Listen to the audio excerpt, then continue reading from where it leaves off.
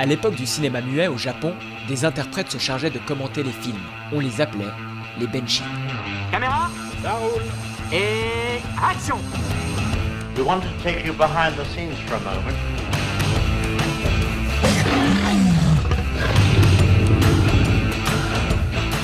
Eat it.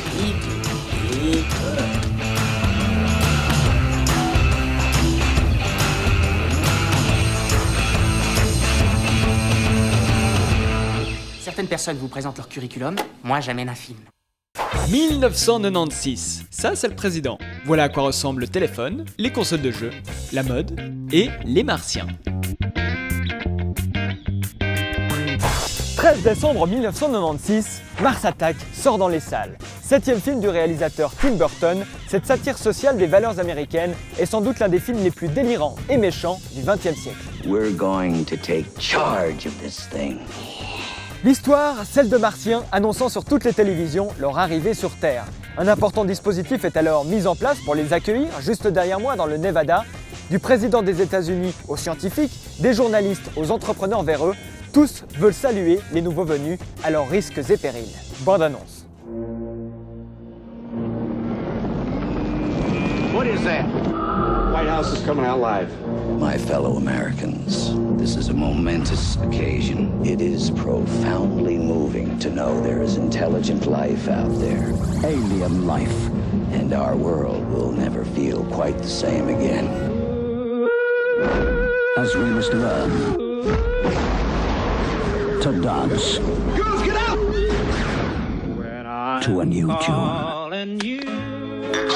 Jack Nicholson. Whoa. Glenn Close. Kick the crap out of them. Pierce Brosnan. Mars Attacks. Mars Attack, c'est avant tout un hommage au film de science-fiction des années 50. Comme à son habitude, Tim Burton puise son inspiration dans ses souvenirs d'enfance. L'idée de Mars Attack vient des cartes à collectionner Tod's.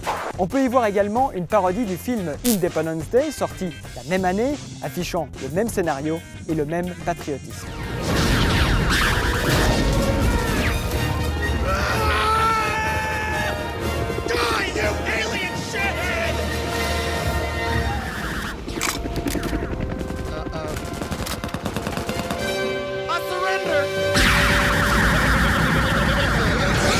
Côté distribution, c'est le branle-bas de combat. Tout Hollywood veut se faire massacrer par des martiens. Warren Beatty, Paul Newman et Michael Keaton sont d'abord pressentis pour jouer le président, donné finalement à Jack Nicholson. À la lecture du scénario, il confie sur le ton de la rigolade vouloir jouer tous les rôles. Ni une ni deux, Burton lui enfile le costume d'un second personnage, l'entrepreneur Heartland. Rendez-vous maintenant à Inglewood où se trouve Randy's Donuts, plus connu sous le nom de Donut World où travaille le jeune Richie Norris. Construit en 1953, le restaurant apparaît aussi dans Iron Man 2, Crocodile Dundee ou encore Les Simpsons. Autre grand rôle dans le film, la musique et les effets spéciaux. Pour donner vie aux Martiens, Tim Burton pense d'abord à sa technique favorite, le stop motion, utilisé dans Beetlejuice et l'étrange Noël de Monsieur Jack.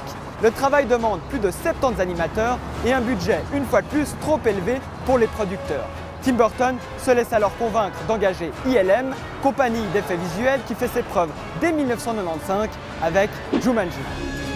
Mars Attack marque le retour du compositeur Danny Elfman auprès de Tim Burton. Après une bisbille sur l'étrange Noël de Monsieur Jack, le célèbre duo se retrouve pour une bande originale teintée de country et bien sûr inspirée des vieux films SF. Et pour finir, direction Las Vegas, un des décors principaux du film. Tout le monde se rappelle de l'hôtel Luxor, lieu de travail de Byron Williams où se croisent plusieurs personnages. There's a Martian right behind me. Hey, you're Tom Jones, right? It ain't unusual, hey? Tom, can I have an autograph? Anybody got a pen? Entre les coûts de production et de promotion, la Warner a dépensé pas moins de 100 millions de dollars. Heureusement pour elle, le film a fait un tabac dès sa sortie en salle, récoltant près de 102 millions de dollars à travers le monde. Quant aux critiques, elles ont été mitigées, surtout en Amérique. Et pour cause, Tim Burton, à travers ses Martiens, tourne au ridicule les valeurs de sa patrie. Il démontre ce plaisir de tout détruire pour tout reconstruire n'importe comment ensuite. Mars Attack est donc à prendre tel qu'il est, une gigantesque blague racontée par un metteur en scène de génie, habitué à la reconnaissance de ses films 20 ans après leur sortie.